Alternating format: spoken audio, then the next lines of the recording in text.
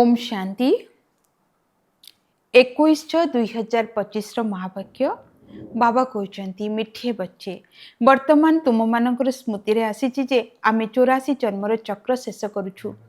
एबे आमे निजर शांतिधाम घर को फेरी जिबु। तेबे घर को जिबा पई आउ अल्प समय बाकी अछि। प्रश्न जेउ पिला मानकर घर को फेरिबार स्मृति रहिछि सेमानकर लक्षण किपरि होइथिबो।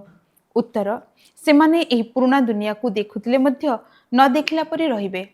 सेमानक भितरे बेहद्र वैराग्य वृत्ति रहिथिबो। कर्मधंदारे व्यस्त रहुथिले मध्य सेमाने बुद्धिरे हालुका रहुथिबे। एपट सेपट कथा पर निंदा पर चर्चारे निजर समय नष्ट करिवे नाही। निजको एही दुनिया रे अतिथि मने करुथिबे।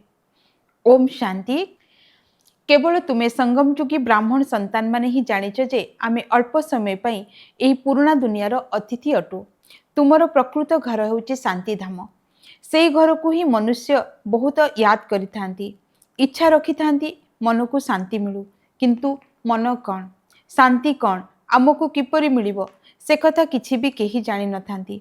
तुमे माने जानुछ जे एबे निज घर को जिबा पई आउ अल्प समय बाकी अछि। समग्र दुनियार समस्त मनुष्य क्रमानुसार सेठाकू जिबे। ताहा शांतिधाम एवं एहा होची दुखधाम। एक कथा मन रखिबा मध्ये सहज अटे ना। केही भी बुढ़ा हुंतु किंबा युवा हुंतु एई कथा को तो निश्चय मने पकाई पारिबे ना। एथिरे संपूर्ण सृष्टिचक्र ज्ञान आसी जाई थाए। संपूर्ण ज्ञान विस्तृत भावरे बुद्धि रे आसी जाई थाए। एबे तुमे माने संगम जुगरे रहिछ। एहा बुद्धि रे रहउची जे आमे शांतिधाम को जाउछु ड्रामा प्लान अनुसार। एहा बुद्धि रे रहिले तुम माननकु खुशी मिलिबो ओ बाबांकर स्मृति मध्य रहिबो। आमको एबे निजर 84 जन्मर स्मृति आसी जाइछि। सेही भक्ति मार्ग अलगा एहा होची ज्ञान मार्गर कथा। बाबा बुझाउचंदी जे हे मधुर संतानगण एबे निजर प्रकृत घरे मन पडुछि। प्रतिदिन ढेर कथा शुणुच। मुख्य गोटिए कथा हैला एबे आमे शांतिधाम को जिबा, पुनर्बार सुखधाम रे आसीबा। बाबा आसीचंती आत्मा मानकु पवित्र दुनिया को नहीं जिबा पाई। सुखधाम रे मध्य आत्मा माने सुख एवं शांति रे रहिथांती। शांतिधाम रे केवल शांति रही थाए, किंतु एठी तो बहुत गंडगोल झगड़ा रही ना। एई मधुबन रु जेतेबेले तुमे माने निज घर को जिवो सेठारे पुणी बुद्धि परनिंदा परचर्चा तथा निज कामधंदा आदि रे लागी रहिबो। एठी तो सेपरी जंजाल किछि नाही। तुमे माने जानुछ जे आमे आत्मा माने शांतिधाम रो निवासी अटु। एठी आमे पाठधारी होइछे। दुनिया रे आउ काहाको एकथा जणा नाही जे आमे पाठधारी किपरि होइछु। तुम पिला मानकु ही बाबा आसी पढ़ाउछंती। कोटिकरे केही गोटिए पढ़ी थांती, समस्ते तो पढ़िबे नाही।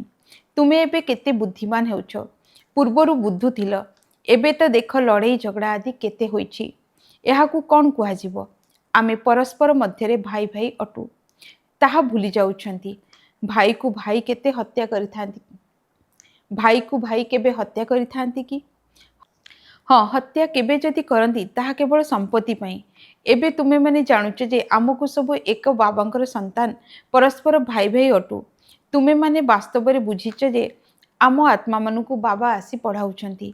5000 वर्ष पूर्व भली आमको पाठ पढ़ाउछंती, काहेकि ना से ज्ञानर सागर अटंती। एही पाठ पढ़ा को आउ केही मध्य जानती नाही। एहा मध्य तुमे पिला माने ही जानुछ जे बाबा ही स्वर्गर रचयिता अटंती। सृष्टिर रचयिता कुहाजिब नाही। सृष्टि तो अनादि अटे। स्वर्गर रचयिता कहवा सेठारे आउ कोनोसी राष्ट्र नथिला। एठारे तो अनेक राष्ट्र रहिछि। एपरि एक समय थिला जेउ समय रे कि गोटिए ही धर्म थिला, एक राज्य थिला, परे पुणी अनेक धर्म आसिला। एबे बुद्धि रे आसुछि जे अनेक धर्म किपरि आसिला। प्रथमे प्रथमे आदि सनातन देवी देवता धर्म थिला। प्रथमे एठारे सनातन धर्म थिला बोली कहि थांती, किंतु अर्थ तो किछि जानती नाही। तुमे तो सबु आदि सनातन देवी देवता धर्मर अट।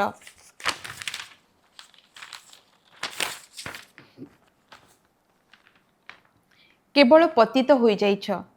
सत्वप्रधान रु सत्व रज तम होई जाइछ। तुमे माने बुझुछ जे आमे आदि सनातन देवी देवता धर्मर अटु। आमे बहुत पवित्र थिलु, एबे पतित होई जाइछु।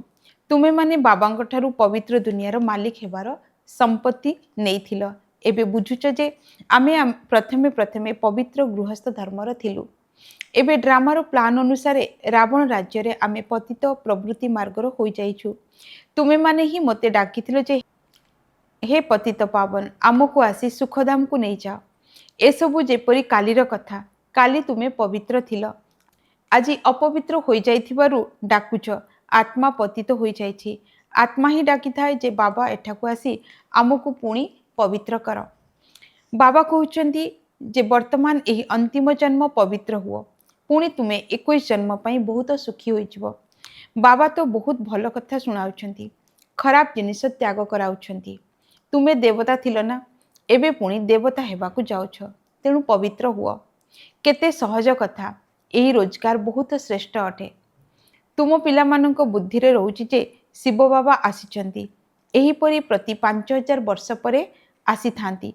पुराना दुनियारू नुआ दुनिया निश्चय होइथाए, एहा आउ केही कहि परिबे नाही। शास्त्र रे कलिजुगर आयु बहुत लंबा कर देइछंती, एहा सबु ड्रामा रे निर्धार्य होइछि। एबे तुमे संतान माने पापरू मुक्त हेबार पुरुषार्थ करुछ।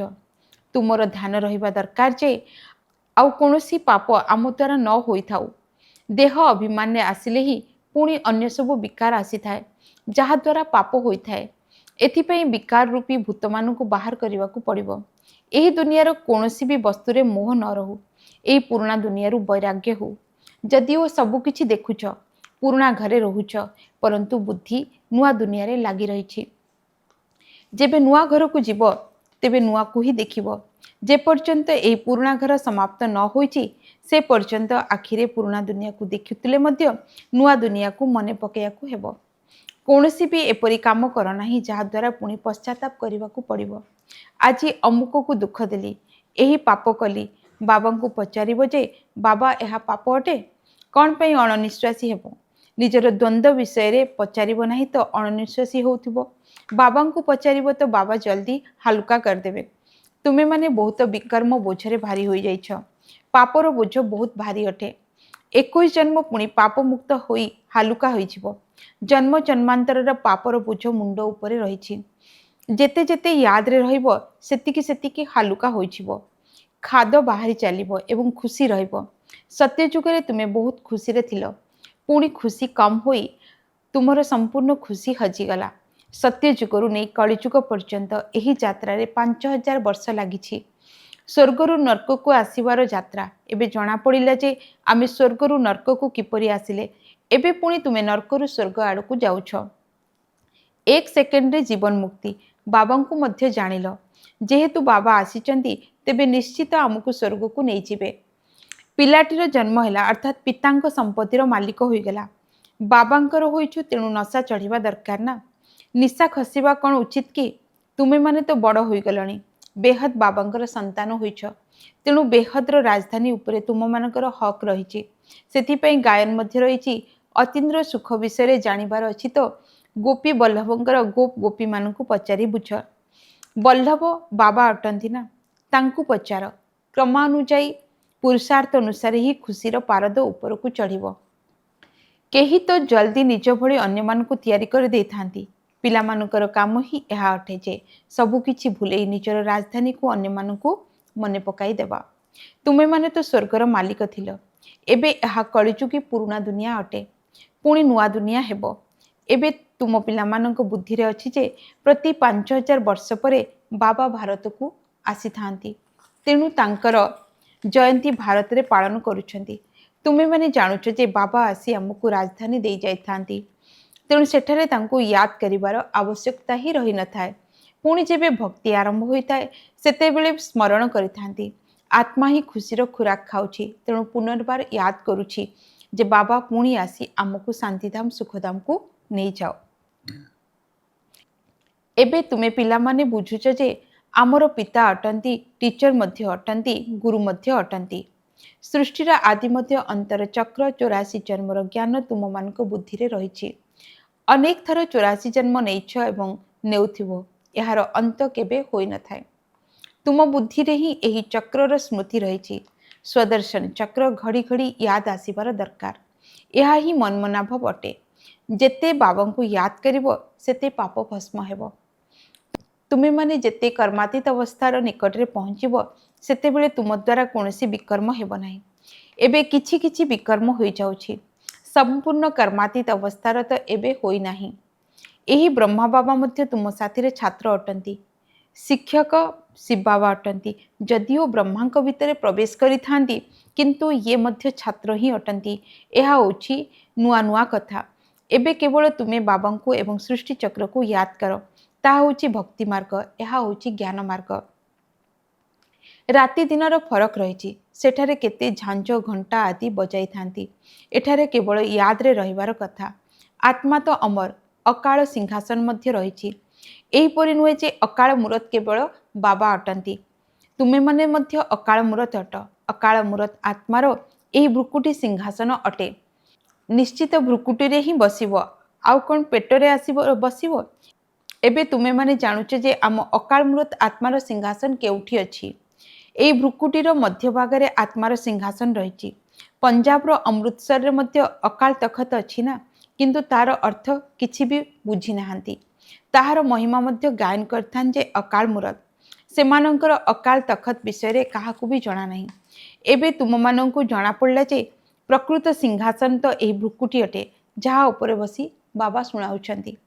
तेणु आत्मा अविनाशी अटे, शरीर विनाशी अटे। आत्मार यह अकाल सिंहासन अटे। ये अकाल तखत सर्वदा रही थाए। यह तुमे माने ही बुझुच। से माने पुणी काठर सिंहासन तैयारी करी एपरी नाम रखी देइछंती। वास्तव में अकाल आत्मा तो भ्रुकुटी ही बसीछि। तुम पिलामानक बुद्धि रे ए सब कथार अर्थ रही। एक ओंकार, यार अर्थ तुमे माने बुझुच। मनुष्य मंदिर रे जाई कहिथांती अच्युतम केशवम, अर्थ किछि नाही। एहीपरि ही स्मृति रही थाए। अच्युतम केशवम राम नारायणम। एबे राम क्योंठी नारायण क्योंठी बाबा कहउचंती जे ताहा सब भक्ति मार्ग अटे। ज्ञान तो बहुत साधारण। अन्य कोनसी कथा पचारिबा पूर्वरु बाबा एवं वर्षा को मने पकेबाकू हेबो। सेही मेहनत कहा द्वारा हेउ नाही, भूली जाउचंती। गोटिए नाटक मध्य रही। माया एपरी कहूची, भगवान एपरी कहउचंती। तुमे बाबा को याद करुछ, माया तुमको आहुरी तोफान मध्य नहीं आसुची। मायार आज्ञा बलवान सहित बलवान होई लड़। तुमे माने मध्य सबु युद्धभूमि रे अछ। जानुछ जे एमानंक मध्यरे केउ केउ प्रकार योद्धा अछंती। केही तो अति दुर्बल अटंती, केही मध्यम दुर्बल, केही तो पुणी तीक्ष्ण अटंती। किंतु समस्ते माया सहित युद्ध करिथांती। गुप्त ही गुप्त अंडरग्राउंड दुनिया रे मध्य भूमि तले बम रो परीक्षा करिथांती। यह मध्य तुमे पिला माने जानुछ जे निजर मृत्यु पई सबु किछि करूछंती। तुमे माने बिल्कुल शांति रे बसिछ। सेमानकर अटे विज्ञानर बळ। प्राकृतिक विपर्यय मध्य बहुत रही। सेतिरे तो काहार शक्ति काम करिवो नाही। एबे कृत्रिम वर्षा पाई मध्य चेष्टा करूछंती। कृत्रिम वर्षा हेबो तो पुणी शस्य अधिक हेबो। तुमे संतान माने जानुछ जे केते भी वर्षा हो निश्चित रूपे पुणी भी प्राकृतिक विपर्यय हेबो। मुसळधार रे वर्षा हेबो, पुणी कौन करि परिबे। एहाकू कुहा जायछि प्राकृतिक दुर्विपाक। सत्य जुगरे एसबु होई न थाए। एठारे जहा सबु हेउछि से सबु विनाश रे साहाय्य करि थाए।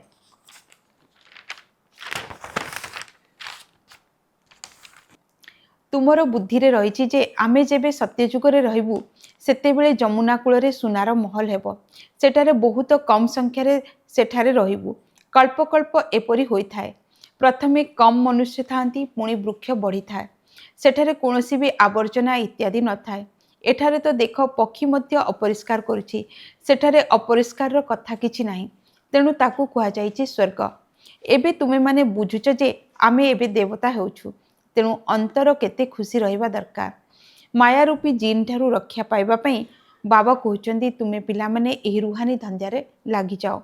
मनमना भव, बास एथिरे ही जीन भଳି निरंतर लागि रुह। जीन रो उदाहरण देई थांती ना, कहिला मते काम दियो। तेणु बाबा मध्य काम देउछंती, नचेत माया खाई जिवो। बाबांकर पूर्ण रूपे सहयोगी हुओ। एकुटिया बाबा तो सबु करिवे नाही। बाबा तो राजत्व मध्य करिवे नाही। तुमे माने सेवा करूछ। राज्यपद मध्य तुम मानक पई अटे। बाबा कहउचंती मु मध्य मगध देश रे आसुची। माया मध्य मगर माछ अर्थात कुंभीर अटे। केते महारथी मानकु गिली खाई दउछि। एमाने सबु हेले शत्रु। जेपरि बेंगर शत्रु साप अटे ना, तुम मानकु जणा अछि सेहीपरि तुम मानकर शत्रु हेला माया। अच्छा, मिठा मिठा शिखिल दे संतान मानक प्रति माता पिता बाप दादांकर मधुर स्नेह संपन्न शुभेच्छा एवं सुप्रभात। आत्मिक पितांकर आत्मिक संतान मानकु नमस्ते। आत्मिक संतान मानकर आत्मिक पितांकु नमस्ते नमस्ते नमस्ते। धारणा पई मुख्य सारांश। निजकु पापरु मुक्त करिवार पुरुषार्थ करिबाकु हेबो। देह अभिमान रे केबे भी आसीबार नाही। एही दुनियार कोनोसी वस्तुरे मोह रखिबार नाही। माया रूपी जिन अर्थात भूत ठारू रक्षा पाइबा पई बुद्धि को आत्मिक सेवारे व्यस्त रखिबाकु हेबो। बाबांकर संपूर्ण रूपरे सहयोगी हेबाकु पड़िबो। वरदान सर्व संपत्ति को यथा समय रे कार्य रे लगाई निरंतर खुशीर अनुभव करुथुबा सौभाग्यशाली आत्मा भव। बाप दादांक द्वारा ब्राह्मण जन्म प्राप्त हेबा परठारु सारा दिन पई अनेक गुड़िए श्रेष्ठ खुशी रूपक संपत्ति प्राप्त होइथाए। सेथिपई तुम मानकर नाम को जप करी एबे पर्यंत मध्य अनेक भक्त अल्प कालर खुशीर अनुभव करुछंती। तुमर जड़ चित्र को देखि देखि खुशी रे नाचुछंती। तेणु तुमे माने एई भली सौभाग्यशाली अट।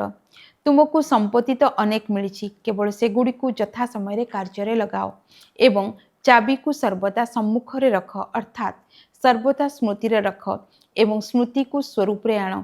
ताहेले निरंतर खुशीर अनुभव हेबाकू लागिबो। स्लोगान बाबांकर श्रेष्ठ आशा गुड़िकर प्रदीप प्रज्वलन करुथिबा आत्मा माने कुलदीपक अटंती। अव्यक्त इशारा आत्मिक स्थिति रे रहिबार अभ्यास कर एवं अंतर्मुखी हुआ। जदि आत्मिक स्थिति रे रही बाह्य मुखता को त्याग करदेव तेबे अजथा परिश्रम मुक्त होइछिबो एवं अनुभवर सागर रे बुड़ी रहिबो। तेबे अनुभव तो गोटिए बा दुईटी नुहे अनेक रहिछि। तेणु गोटिए बा दुईटी अनुभव करी अनुभव पोखरी रे गाधाओ नाही। जेहेतु तुमे माने सागरंक संतान अट तेणु अनुभवर सागर रे बुड़ी रुह। अच्छा ओम शांति।